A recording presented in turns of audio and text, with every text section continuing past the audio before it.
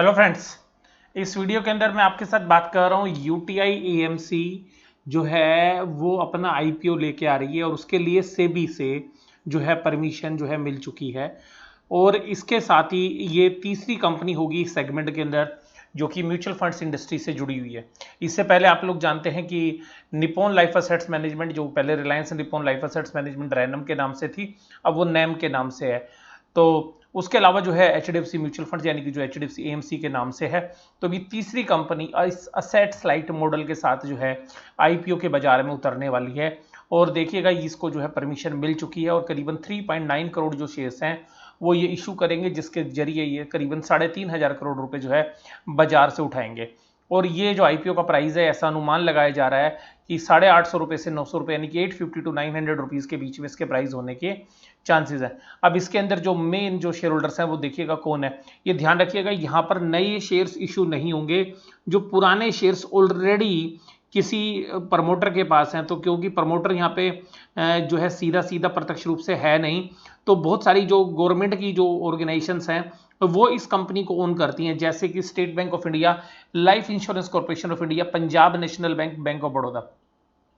इन सभी के पास 18.5% यानी कि 18.5% जो स्टेक है वो इस कंपनी के अंदर है। इसके अलावा यूएस बेस्ड एक company T row price, TRP जो है वो इसके अंदर जो है ओन करती है बाकी जो स्टेक है। और ये जो सभी लोग हैं, जो SBI, LIC, bank of Baroda जो है वो 1.05 करोड़ शेयर जो हैं वो बेचना चाह रहे हैं यूटीआई का, वाइल पीएनबी और टी रोव जो है वो 38.04 लाख शेयर्स जो है बेचेंगे। तो सीधी सी बात है कि एसबीआई, एलआईसी और बैंक ऑफ बड़ौदा जो है करीबन 1.05 करोड़ जो शेयर्स बाजार में उतारेंगे। और इसके अलावा जो है पीएनबी और टीआरपी जो है, ये टीआरपी यूएसए की फर्म है, जो है 38.04 लाख जो शेयर से बाजार में बेचेगी। तो देखिएगा ये जो आईपीओ है ये कब तक आएगा, इसके बारे में तो जो है पूरा अनुमान जो है नहीं लगाया जा सकता, लेकिन क्योंकि परमिशन मिल गई तो जैसे ही बाजार में हालत सही होगी तो ये जो आईपीओ है ये बहुत ही जल्द जो है आ सकते हैं। और अगर यूटीआई की बात करें तो यूटीआई करीबन 1.151 लाख यानी कि करीबन 1.5 लाख करोड़ जो पैसा है जो मैनेज करती है, तो ये काफ़ी बड़ा फंड है जो ये मैनेज करते हैं। इसके अलावा ये जो शेयर प्राइस अगर 900 रुपए के भाव पर आता है तो पूरी कंपनी की जो मार्केट कैपिटलाइजेशन वो करीबन 13,500 करोड़ रुपए जो है आंकी जा सकती है।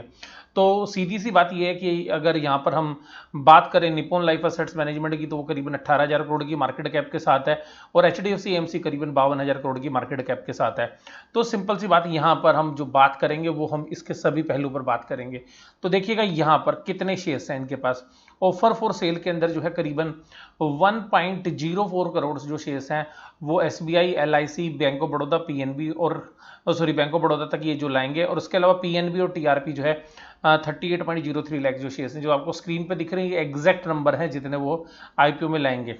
इसके अलावा यहाँ पर जो है ये जो ऑफर होगा, यहाँ पर ये सिंपल सी बात ये है कि ये जो ऑफर है ये जनरली इन्हीं शेयर्स का है जो कि एग्जैक्टली इनके पास है, ये इन शेयर्स को ऑफलोड करेंगे। तो नेट ऑफर जो है इनका सबका टोटल है, नए शेयर्स जो है वो इशू नहीं किए जाएंगे। तो ये इन्होंने जो है परमिशन अपनी सब ने दे दी है, इन्होंने जो अपनी असेंट है सभी ने दे दी है, एसबीआई ने, एलआईसी ने, बीओबी ने, पीएनबी ने और टीआरपी ने। तो ये जो डॉक्यूमेंट है, इस डॉक्यूमेंट के हिसाब से जो इन्होंने सेबी के पास फाइल किया है उसके हिसाब से देखिएगा ये इनकी एग्जैक्ट होल्डिंग है। जो आप शेयर्स देख पा रहे हैं 2.31 करोड़ शेयर्स जो हैं एसबीआई, एलआईसी और बैंक ऑफ बड़ौदा के पास हैं। और पीएनबी के पास भी सिमिलर नंबर है। टीआरपी के पास जो है इन सबसे ज़्यादा शेयर्स हैं, लेकिन वो सबसे कम ऑफलोड कर रहा है, यानी कि अगर परसेंटेज टर्म्स में अगर हम बात करें तो ये इसकी इक्विटी शेयर कैपिटल है। अगर हम बात करें तो यहाँ पर जो है सबसे जो है आपको नज़र बना के रखनी चाहिए, और ये सबसे इंपॉर्टेंट जो है चीज़ें मैं आपको बताने जा रहा हूँ। तो देखिएगा 2017, 18 और 19 में इन्होंने कोई भी नई शेयर कैपिटल जो है क्रिएट नहीं की है। और इनका जो नेट फंड है यानी कि जो नेट वर्थ है वो हर साल करीबन करीबन 15% की रेट से ग्रो कर रही है। इसका मतलब है कि कंपनी की बैलेंस शीट की जो वैल्यू है वो 15% की रेट से जो है ग्रो कर रही है। और सबसे खास बात है इनका ईपीएस।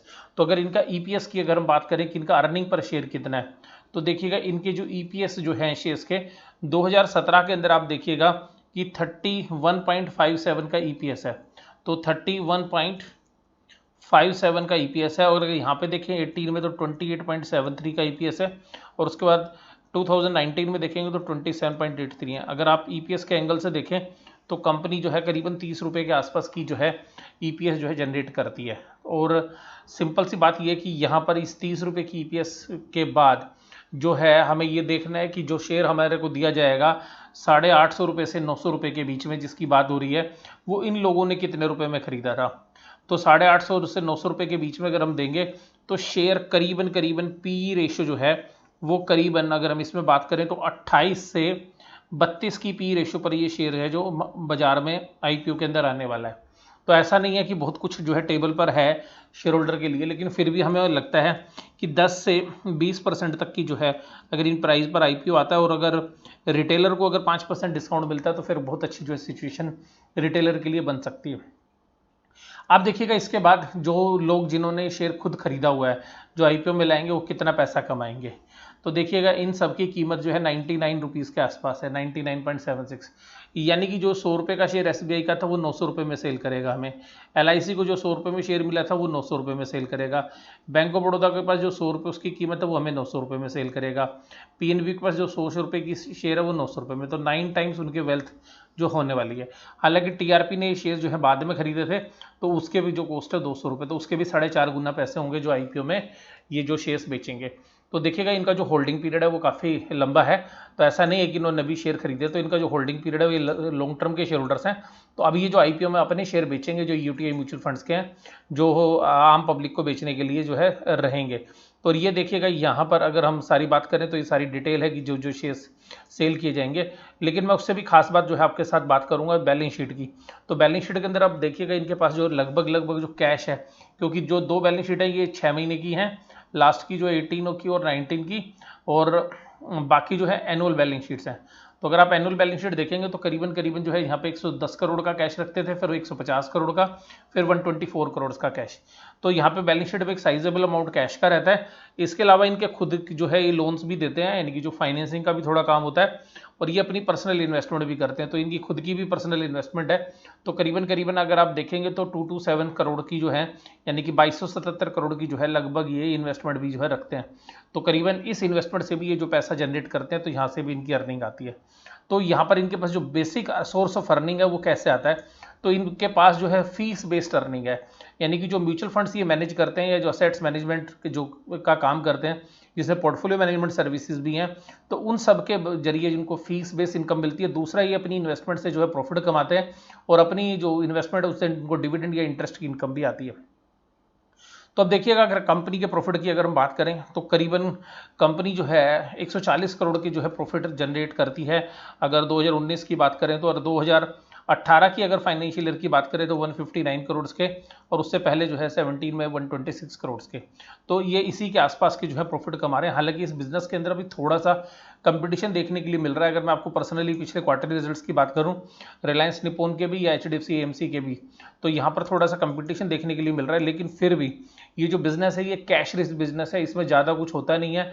आपको अपने कुछ ज़्यादा पैसे लगाने नहीं होते हैं, आपका फीस बेस्ड इनकम है, असेट्स लाइट मॉडल है, तो आपको रेगुलर कैपिटल की जरूरत नहीं पड़ती इस बिजनेस के अंदर। और यही इस बिजनेस की सबसे खास बात है जिसकी वजह से आप देखिएगा इन हाई पी रेशियो के ऊपर ये जो है शेयर जो है चलते हैं।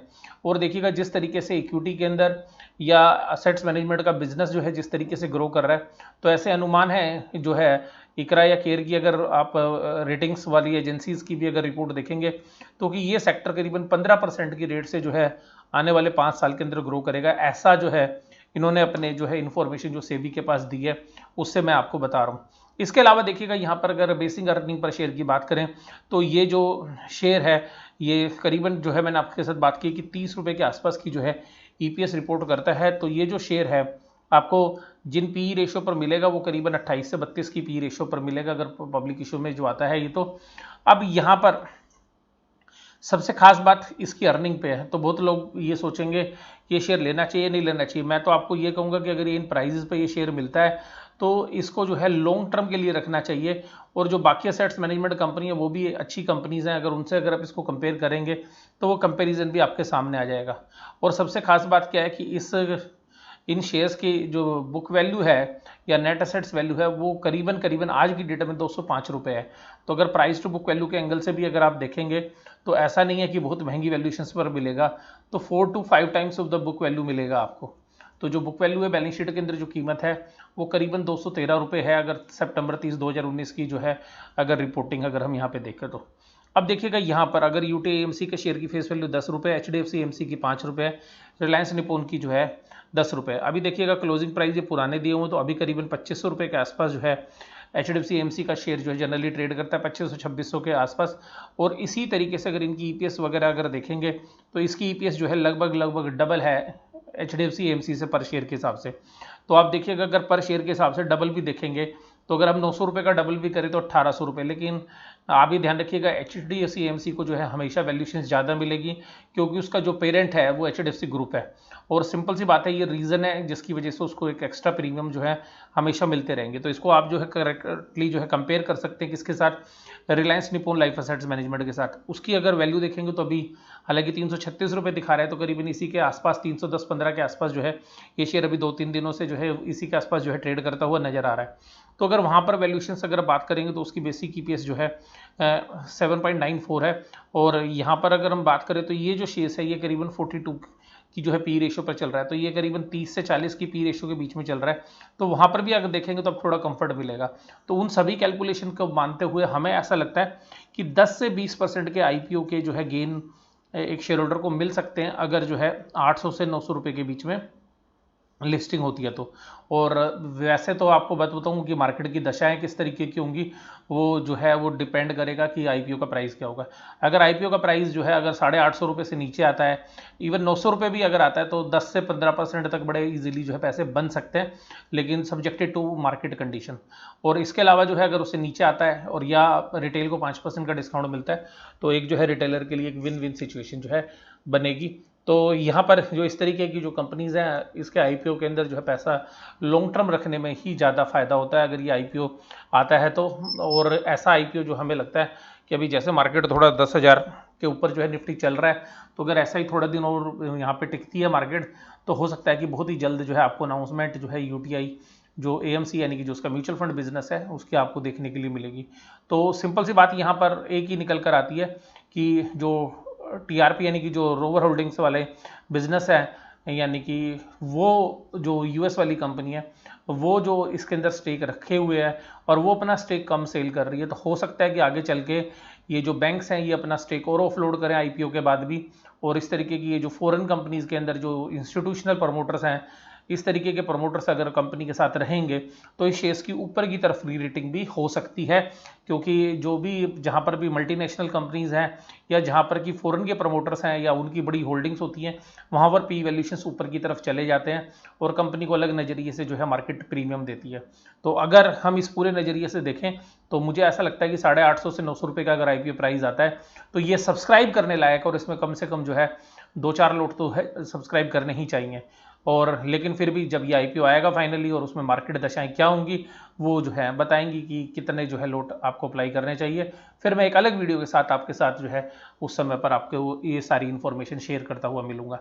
तब तक के लिए धन्यवाद, थैंक यू वेरी मच।